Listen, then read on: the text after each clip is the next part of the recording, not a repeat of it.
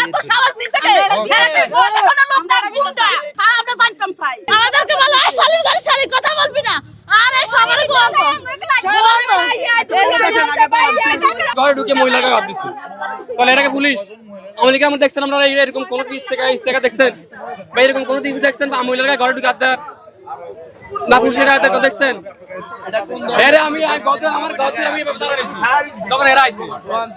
এরা আমার বলতেছে শুভ সরস আমি ওই সাইড আমার ঘর আমি কত কই ছিলাম আমি ঘর আমি দাঁড়া রইছি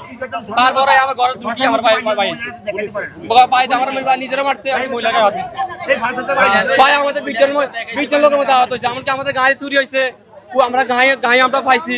পুলিশ 18 পরের চোর শিকারও দিছে আমরা গাড়ি চুরি করছি তারপরও কেন হেরা আমাকে মারলো আজকে মনে করেন না এই জায়গা থেকে রিক্সা চুরি হয়েছে তো বাদী বিবাদী সংঘর্ষ হয়েছে পরে মনে না যাই মামলা করছে পুলিশ আনি মনে না মহিলাকে হাত দিব কেন পুলিশ মনে না এটা কি দেশের মধ্যে বিচার করতেছে না অন্যায় করতেছে আমাদের মনে না মা বোনের কাছে হাত দিবে কেন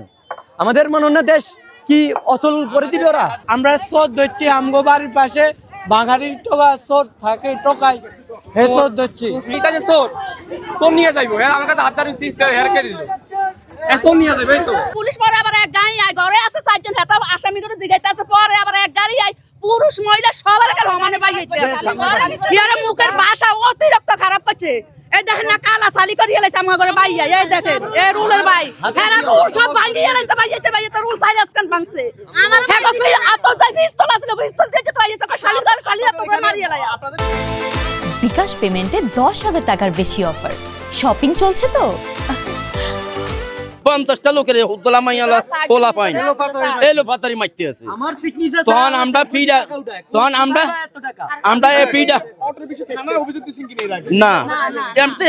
1 ঘন্টার ভিতরে এই কাম না এত গাড়ি টোকা তো ব্যস্ত নিয়েছে কথা বুঝিনি তখন এই গণতুলা খাই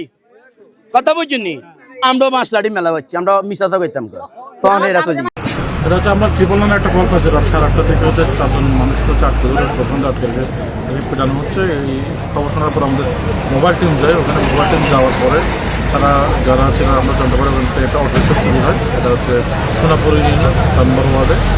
তো তাদের সাথে অনেক কথাবার্তা বলার পরে তারা কনভিন্স হচ্ছিল না তারা আসামি আনতে দেবে না তাদেরকে মামলা করার কথা বলা হলে তারা মামলা করবে না তাদেরকে মারবে ধরবে এই ধরনের যখন হচ্ছিল এরপর আমাদের সার্কেল এসপি এবং হচ্ছে আমাদের অতিরিক্ত পুলিশে তাদের অনেক বোঝানোর চেষ্টা করে এক ব্যাপারে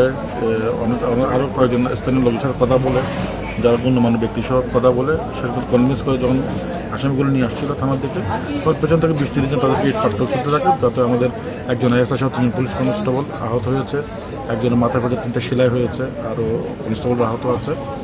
আমরা ওই যে 4 জন যে চোর সন্দেহ যাদেরকে করা হয়েছিল তাদেরকে আমরা থানায় এনেছি এবং যদি যার অদৃশ্য চুরি হয়েছে তিনি যদি মামলা করেন তাহলে আমরা মামলা নেব আর পুলিশের যে অ্যাসল্টটা সে পুলিশ অ্যাসল্ট একটা মামলা হবে